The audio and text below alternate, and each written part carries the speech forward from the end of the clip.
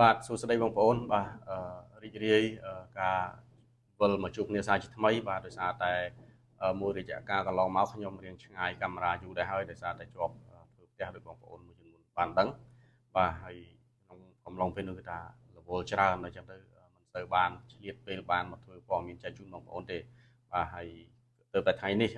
ក៏បានឆ្លៀតពេលបន្តិចដោយសារតែខ្ញុំចង់ធ្វើសេចក្តីរាយការណ៍អំពីបរិសុទ្ធជនជាតិបរទេសមួយរូបផងបាទដោយសារតែប្រហែលថ្ងៃហ្នឹងគឺថាគាត់ដោយថាគាត់ផ្ទុះនៅលើ social media នឹងខ្លាំងមែនទែនគាត់ហ្នឹងគឺជាជនជាតិស្វីសបាទហើយក៏ប៉ុន្តែអត់ទាន់មានឈ្មោះពិតប្រាកដថាគាត់ឈ្មោះអ្វីនោះទេក៏ប៉ុន្តែនៅលើទំព័រ Facebook របស់គាត់ដាក់ថា Swiss Yellow Jacket បាទក៏ប៉ុន្តែជាមួយគ្នាគាត់មានឈ្មោះហៅជាភាសាខ្មែរផងគាត់ដែរគឺពូសមោមបាទដោយសារតែគាត់មានឈ្មោះជាភាសាខ្មែរខ្ញុំកាត់យល់ថាគាត់ប្រហែលជាមិននៅប្រទេសកម្ពុជាយើងច្រើនយូរហើយក៏ប៉ុន្តែខ្ញុំដូចថាទើបតែដឹងទើបតែជួបគាត់នៅពេលដែលដូចថាគាត់ល្បីល្បាញគាត់ផ្ទុះនៅលើ social media កាលពីប្រហែលថ្ងៃហ្នឹងទេបានខ្ញុំបានស្គាល់គាត់បាទប៉ុន្តែគាត់មានឈ្មោះខ្មែរប្រហែលជាគាត់មកនៅទីនោះយូរហើយបាទហើយរឿងរ៉ាវពាក់ព័ន្ធនឹងគាត់ជឿថាបងប្អូនដឹងហើយគឺថាគាត់ប្រហែលថ្ងៃនេះរឿងដែលល្បីល្បាញអំពីគាត់ហ្នឹងគឺថាគាត់គឺជាអ្នកធ្វើដំណើរផ្សងព្រេងមួយបាទដោយចេញដំណើរពីប្រទេសកម្ពុជាទិសដៅទៅប្រទេសស្វីសរបស់គាត់បាទហើយមធ្យោបាយដែលគាត់ធ្វើដំណើរហ្នឹងគឺជិះកង់3បាទហើយនេះមិនមែនជាដំណើរផ្សងព្រេងដែលវាសាមញ្ញពេកទេបងប្អូនព្រោះថាពីកម្ពុជាទៅប្រទេសស្វីសហ្នឹងគឺឆ្ងាយណាស់បាទមានចម្ងាយដីជាង 20,000 គីឡូម៉ែត្រឯណោះបាទហើយគាត់បានធ្វើដំណើរអស់រយៈពេលប្រហែលជាង100ថ្ងៃបាទ138ថ្ងៃឯណោះបងប្អូនបាទនេះគឺជារឿងរ៉ាវពាក់ព័ន្ធនឹងបរិសុទ្ធជនជាតិស្វីសរូបនេះរបស់ពូសមោមបាទយើងនិយាយថាពូសមោមចេះទៅងាយស្ដាប់ងាយហៅជាងហើយក៏ជឿថាបងប្អូនក៏ស្គាល់ច្រើនដែរជឿថាអញ្ចឹងបាទក៏ប៉ុន្តែនៅថ្ងៃនេះខ្ញុំមានរឿងថ្មីមួយទៀតពាក់ព័ន្ធនឹងពូសមោមដែលសម្បីតែខ្ញុំខ្លួនឯងនៅពេលដែលដូចថាមើលវីដេអូប្រកបខ្ញុំព្រឺសម្បុរនៅពាក្យពេចន៍មួយចំនួនដែលគាត់និយាយពាក់ព័ន្ធនឹងកម្ពុជាបាទព្រោះនៅតាមផ្លូវបាទនៅតាមផ្លូវដែលគាត់ធ្វើដំណើរទៅប្រទេសស្វីសហ្នឹងបាទគាត់បានជួបសម្ភាសជាមួយនឹងសារព័ត៌មានបរទេសមួយដែរបាទឈ្មោះថាKosovarin TV បាទដែលមិនទាន់ដឹងថាជាស្ថាប័ននៅប្រទេសណាទេបាទដែលស្ថាប័នព័ត៌មានអង្គភាពសារព័ត៌មាននេះគឺបានធ្វើការសម្ភាសគាត់បានអំពីដំណើរផ្សងព្រេងរបស់គាត់បាទហើយគាត់ក៏បានប្រាប់ថាតាមពិតទៅគាត់គម្រោងរបស់គាត់បំរុងនឹងចាប់ផ្ដើមដំណើរផ្សងព្រេងរបស់គាត់នឹងពីប្រទេសវៀតណាមទេបាទក៏ប៉ុន្តែក្រោយមកគាត់បានសម្រេចចិត្តមកចាប់ផ្ដើមជាមួយប្រទេសកម្ពុជាយើងវិញបាទដោយគាត់មិនបានបញ្ជាក់ពីមូលហេតុជាក់លាក់នោះទេបាទហើយអញ្ចឹងគាត់បានចេញដំណើរតាំងពីខែដូចជាថ្ងៃទី23ខែ12ប្រហែលជា12ឆ្នាំមុនបាទអញ្ចឹងគាត់ទៅដល់ប្រទេសស្វីសរបស់គាត់ហ្នឹងកាលពីថ្ងៃទី20ដុល្លារនេះទេបាទគឺ3ថ្ងៃមុនហ្នឹងបាទអញ្ចឹងត្រឡប់មកសាច់រឿងយើងវិញចំណុចដែលខ្ញុំចង់លើកមកបង្ហាញបងប្អូននោះគឺត្រង់ពីពាក្យសម្ដីរបស់គាត់ពីបេះដូងរបស់គាត់ដែលគាត់បានសម្ភាសជាមួយអង្គភាពសារព័ត៌មានបរទេសនោះណាខ្ញុំស្ដាប់ទៅគឺព្រឺសម្បុរមែនទែនបងប្អូនបាទសំណួរដែលគេសួរហ្នឹងគេដូចថាវាសួរជាទូទៅពាក់ព័ន្ធនឹងដំណើរផ្សងព្រេងរបស់គាត់ហ្នឹងបាទក៏ប៉ុន្តែវាមានសំណួរខ្លឹមមួយដែលគាត់ថាគាត់ធ្វើឲ្យគាត់មានការពិបាកក្នុងការឆ្លើយមែនទែនបាទហើយគេសួរថាម៉េចបាទគឺសារព័ត៌មានបរទេសសួរថាតែអ្នកឯងនឹកប្រទេសស្វីសទេបាទសំណួរប៉ុណ្ណឹងបងប្អូនយើងគិតថាសំណួរដ៏សាមញ្ញមួយប៉ុន្តែគាត់ថាសម្រាប់គាត់ថាគឺជាសំណួរដ៏ពិបាកឆ្លើយគាត់ពិបាកបាទហើយតបនឹងសំណួរនេះគាត់ឆ្លើយទៅវិញថាអញ្ចេះគាត់ថាគាត់នឹកកម្ពុជាខ្លាំងជាងការដែលគាត់នឹកប្រទេសស្វីសបាទនេះជាចម្លើយដែលឆ្លើយតបហើយដែលជាចម្លើយដែលគាត់ឆ្លើយទៅសំណួរដែលគាត់បានអះអាងពីមុននេះថាជាសំណួរដ៏ពិបាកក៏ប៉ុន្តែគាត់ឆ្លើយចេញមកបែបហ្នឹងគឺថាគាត់នឹកប្រទេសកម្ពុជាជាងប្រទេសស្វីសទៅទៀតបាទហើយអ្នកសារព័ត៌មានស្ត្រីបរទេសគាត់បានសួរទៀតចុះហេតុអីបាទហេតុអីមានន័យថាហេតុអីមិននឹកប្រទេសកំណើតខ្លួនឯងតែជា bài chia một nực ởประเทศកម្ពុជាយើងវិញណាបាទបាទគាត់ឆ្លើយគាត់ថាព្រោះថាសម្រាប់គាត់កម្ពុជាគឺផ្ទះរបស់គាត់ហើយគាត់ចាត់ទុកថាប្រទេសកម្ពុជាគឺផ្ទះរបស់គាត់ហើយព្រោះគាត់បានមករស់នៅផ្សារភ្ជាប់ដូចថាតំណាក់តំណងមនោចេតនាជាមួយប្រទេសកម្ពុជាហ្នឹងមួយរយៈពេលធំហើយបាទគឺមានរយៈពេល9ខែគាត់ថាគាត់មកនៅប្រទេសកម្ពុជា9ខែហើយក្នុងពេល9ខែហ្នឹងគឺថាគាត់ដូចថាគាត់ទទួលបានរឿងល្អៗជាច្រើនក្នុងនោះគាត់បាននិយាយថាខ្ញុំរស់នៅប្រទេសកម្ពុជា9ខែប្រជាជនកម្ពុជារួមទាំងអ្វីទាំងអស់នៅកម្ពុជាគឺល្អខ្លាំងមែនទែនសម្រាប់គាត់បាទអញ្ចឹងហើយបាទគាត់និយាយប៉ុណ្ណឹងគឺសបល់បងប្អូននេះបាទអញ្ចឹងហើយទាំងនេះហើយដែលជាដូចថាជាចំណុចតាក់ទាញជាផ្នែកមួយដែលគាត់ឲ្យគាត់នឹកកម្ពុជាតែម្ដងបាទហើយគាត់បញ្ជាក់ទៀតថាគាត់នឹងត្រឡប់ទៅប្រទេសកម្ពុជាវិញបន្ទាប់ពីគាត់ទៅដល់ប្រទេសស្វីសអានេះគាត់សម្ភាស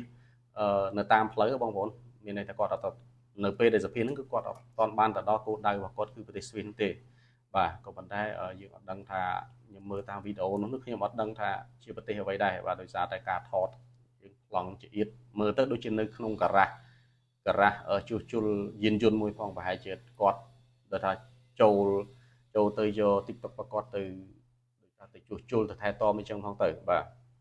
អញ្ចឹងគាត់ថាគាត់នៅកម្ពុជាខ្លាំងជាងនៅប្រទេសស្វីសទៅទៀតដោយសារតែគាត់មកនៅ9ខែគឺគាត់ទទួលបានអនុស្សាវរីយ៍ល្អមែនទែនពីប្រទេសកម្ពុជាក្នុងនោះគាត់ថាប្រជាជនកម្ពុជានឹងអ្វីទាំងអស់ដែលមាននៅកម្ពុជាយើងគឺល្អបំផុតសម្រាប់គាត់បាទអញ្ចឹងហើយគាត់ថាគាត់នឹងត្រឡប់ទៅវិញបន្ទាប់ពីទៅដល់ប្រទេសស្វីសអាហ្នឹងគឺគាត់និយាយមុនមកដល់ប៉ុន្តែឥឡូវដូចខ្ញុំបានជម្រាបពីខាងដើមគឺគាត់មកដល់រួចហើយគាត់នឹងត្រឡប់មកវិញគ្រាន់ថាគាត់អត់បានបញ្ជាក់ជាក់លាក់ថាការបរិច្ឆេទពេលណាគាត់នឹងត្រឡប់មកវិញទេបាទនេះជារឿងមួយបាទត្រឹមតែចម្លើយរបស់គាត់ប៉ុណ្ណឹងក្នុងនាមជាជនជាតិខ្មែរជនជាតិកម្ពុជាមួយរូបខ្ញុំដូចថានិយាយទៅខ្ញុំភឺសបល់មែនបងប្អូនមិននិយាយកុហកអីទេព្រោះខ្ញុំអត់សូវមានទម្លាប់ក្នុងការនិយាយកុហកឬមួយក៏សំដែងនោះទេបាទគឺគាត់ណាថាឮគាត់និយាយគឺខ្ញុំភឺសបល់មែនទេបាទក៏ប៉ុន្តែមិនតន់អស់ទេបងប្អូនគាត់នៅបានបញ្ជាក់នៅចុងក្រោយនៃបទសភាគាត់ថាមែនតើគាត់មិនដែលនិយាយរឿងនេះចេញជាសាធារណៈពីមុនមកទេមានន័យថាគាត់អត់ដែលនិយាយថាគាត់ស្រឡាញ់ប្រទេសកម្ពុជាខ្លាំងឬមួយក៏ថាកម្ពុជាជាផ្ទះរបស់គាត់អត់ដែលនិយាយចេញជាសាធារណៈទេពីមុនមកក៏ប៉ុន្តែលើកនេះគាត់សុខចិត្តបើកកកាយបាទដោយសារតែគាត់បានបញ្ជាក់មួយម៉ាត់ទៀតថាដោយសារតែពេលនេះបេះដូងរបស់គាត់គឺបានទុកនៅប្រទេសកម្ពុជារួចទៅហើយពឺសបល់ទៀតបងប្អូននេះបាទបរោះជនជាតិបរទេសខ្ញុំពឺសបល់ពីរដងបាទអញ្ចឹងគាត់ថាគាត់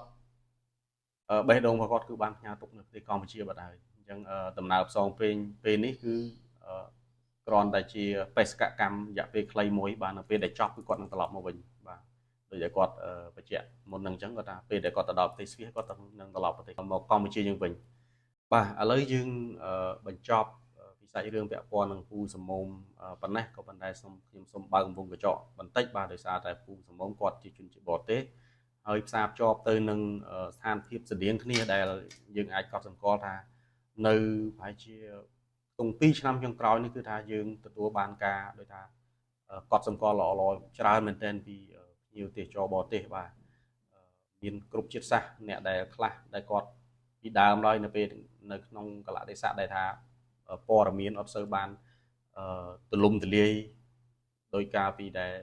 សម័យកាលមុនដែលមិនមាន social media អញ្ចឹងណាអញ្ចឹងព័ត៌មានវាចង្អៀតបាទផ្សំនឹងប្រទេសជិតខាងយើងមួយចំនួនអត់មានចេតនាល្អមួយយើងផងគេព្យាយាមផ្សព្វផ្សាយព័ត៌មានមិនពិតពីយើងបង្ខូចពីយើងថាប្រទេសយើងចេះមួយចេះពីរមិនមានសុវត្ថិភាពមិនអីចឹងធ្វើឲ្យភ្ញៀវទេសចរខ្លះគាត់ខ្លាចបាទអញ្ចឹងមានដល់ពេលមកដល់ពេលបច្ចុប្បន្នហើយចំណុចយើងនេះខ្ញុំធ្លាប់និយាយហើយបងប្អូនខ្ញុំធ្លាប់និយាយហើយបាទហើយយើងគ្រាន់តែរំលឹកឡើងវិញរហូតដល់ពេលនេះនៅពេលដែលដូចថាទំនើបកម្មនៃវិស័យព័ត៌មានដែលយើងអាចចែករំលែកបានលឿនហើយបានឆ្ងាយដោយសារតែការរីកចម្រើននៃ digital ពិសេសគឺ social media platform ហ្នឹងបាទធ្វើឲ្យព័ត៌មានទៅដល់ដៃភ្ញៀវទេសចរច្រើនឡើងគាត់ឃើញហ្នឹងអញ្ចឹងទៅគាត់ដឹងខ្លះគាត់មកនៅពេលដែលមកហើយបានគាត់ស្រាយចម្ងល់គាត់ទាំងអស់តែម្ដង បាទស្រាយចម្ងល់ស្រាយមន្ទិលរបស់គាត់ហ្នឹងត្រង់ថាមិនត្រង់ថាពីមុនគាត់ទទួលបានព័ត៌មានពីកម្ពុជាថាប្រទេសកម្ពុជាហ្នឹងអត់មានសុវត្ថិភាពទេមានចោរមានអីច្រើនអញ្ចឹងទៅបាទអញ្ចឹងហើយគាត់ខ្លាចដល់ពេលជាក់ស្ដែងនៅពេលដែលគាត់មកគឺថា10អ្នកសឹងទាំង10គឺគាត់ថាគាត់ចង់ថាគាត់ដូច surprise មែនទែនដូចថារឿងដែលគាត់ធ្លាប់ជួបពីមុនធ្លាប់ឮពីមុនមកធ្លាប់ដឹងពីមុនមកហ្នឹងគឺខុសពីការពិតទាំងស្រុងបាទគឺថាកម្ពុជាជាប្រទេសដ៏ស្រស់ស្អាតមួយហើយចំណុចដែលលេចធ្លោរបស់យើងមួយនៅរយៈកាលចុងក្រោយហ្នឹងគឺថាកម្ពុជាយើងគឺមានប្រជាពលរដ្ឋដែលពោពេញដោយស្នាមញញឹមបងប្អូនបាទអញ្ចឹងខ្ញុំជឿថាបន្តិចទៀត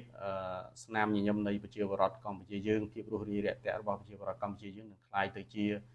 soft power មួយទៀតនឹងក្លាយទៅជាអត្តសញ្ញាណថ្មីមួយទៀតរបស់កម្ពុជាដែលនឹងបន្ថែមសក្តានុពលទេសចរកម្ពុជា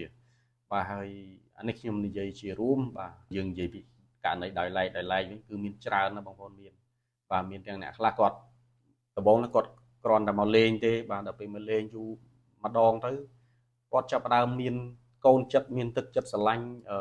កម្ពុជាស្រឡាញ់ប្រជាពលរដ្ឋកម្ពុជាស្រឡាញ់វប្បធម៌ស្រឡាញ់ everything ស្រឡាញ់អ្វីទាំងអស់នៅកម្ពុជាគាត់មករស់នៅមកធ្វើការនៅកម្ពុជាទៅវិញបាទហើយករណីនឹងមានច្រើនណាស់បងប្អូននៅលើ social media បាទដោយករណីដូចអ្នកគ្រូម្នាក់អ្នកគ្រូសេរីណាបាទដែល Facebook គាត់ដាក់សេរីណា World នោះបាទហើយថ្មីនេះគឺគាត់ធ្វើបទសម្ភាសន៍ជាមួយនឹងបរិសស្បែកខ្មៅមួយរូបដែរតែគាត់ឈ្មោះដូច Austin Thukwa បាទហើយបាទមកដល់ចំណុចAustin ហ្នឹងក៏សូមរំលឹ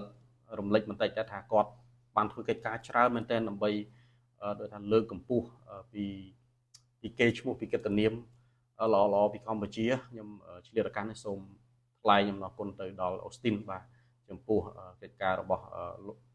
គាត់ដែលបានធ្វើក្នុងរយៈកាលកន្លងមកខ្ញុំឃើញគឺថាគាត់ព្យាយាមspread ព័ត៌មានវិជ្ជមានពីកម្ពុជានឹងតាមរយៈសម្លេងរបស់ភ្ញៀវបរទេសដែលគាត់ជួបនឹងគឺច្រើនមែនទែនបាទហើយជាក់ស្ដែងដូចថ្មីនេះគឺគាត់បានជួបសភាជាមួយអ្នកគ្រូសេរីណាហ្នឹងបាទដែលគាត់អ្នកគ្រូសេរីណានិយាយខ្មែរច្បាស់ដូចយើងអញ្ចឹងហើយគាត់ចូលចិត្តញ៉ាំតែម្ហូបខ្មែរទេបាទគាត់ថាពេញមួយសប្តាហ៍5ថ្ងៃគឺគាត់ញ៉ាំម្ហូបខ្មែរលើកលែងតែចុងសប្តាហ៍អញ្ចឹងគាត់ញ៉ាំម្ហូបរបស់គាត់ក៏ម្ហូបរបស់ Western អញ្ចឹងទៅហើយគាត់ជាជនជាតិអាមេរិកបាទសេរីណាគាត់ថាគាត់ដំបូងឡើយគាត់មកលេងម្ដងហើយគាត់ជាប់ចិត្តគាត់ទៅអាមេរិកវិញទៅអាមេរិក5ឆ្នាំគាត់ត្រឡប់មកវិញឥឡូវគាត់នៅនឹងបានឡើងប្រហែលឆ្នាំដូចជា10ឆ្នាំហើយគាត់សឹងថាជា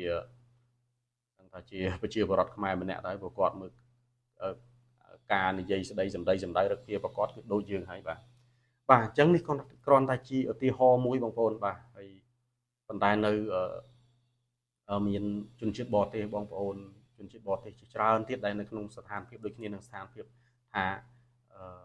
ពីមុនធ្លាប់ឮថាកម្ពុជាជាប្រទេសគួរឲ្យខ្លាចមិនគួរឲ្យមកលេងអញ្ចឹងណាបាទតែពេលគាត់មកជួបផ្ទាល់គាត់ឃើញជាក់ស្ដែងគាត់ថាអូមែនទេប្រទេសកម្ពុជាគឺរបៀបដូចថាជាពេជ្រលាក់ខ្លួនខ្ញុំនិយាយចឹងណាបាទហើយអញ្ចឹងហើយនៅពេលដែលគាត់ទទួលបានសាច់រឿងពិតគាត់បានរហូតដល់គាត់ខ្លួនគាត់ខ្លាយទៅជាអ្នកជួយផ្សព្វផ្សាយពីកម្ពុជាទៅទៀតបាទហើយក៏សូមថ្លែងអំណរគុណទៅដល់បងប្អូនក៏ដូចជាមិត្តភ្ញៀវបរទេសបាទចំពោះរឿងនេះដែលបានដូចថាព្យាយាមនិយាយព្យាយាមប្រើប្រាស់សម្លេងរបស់ខ្លួននិយាយល្អអំពីកម្ពុជាបាទអញ្ចឹងហ្នឹងហើយបងប្អូនបើនិយាយវែងទៀតក៏ខ្លឹមសារវានៅតែប៉ុណ្្នឹងខ្ញុំគ្រាន់តែបើកកំពង់កញ្ចក់បន្តិចផ្សារភ្ជាប់ជាមួយនឹងសាច់រឿងរបស់ពូសមោមបាទអញ្ចឹងសូមអរគុណបងប្អូន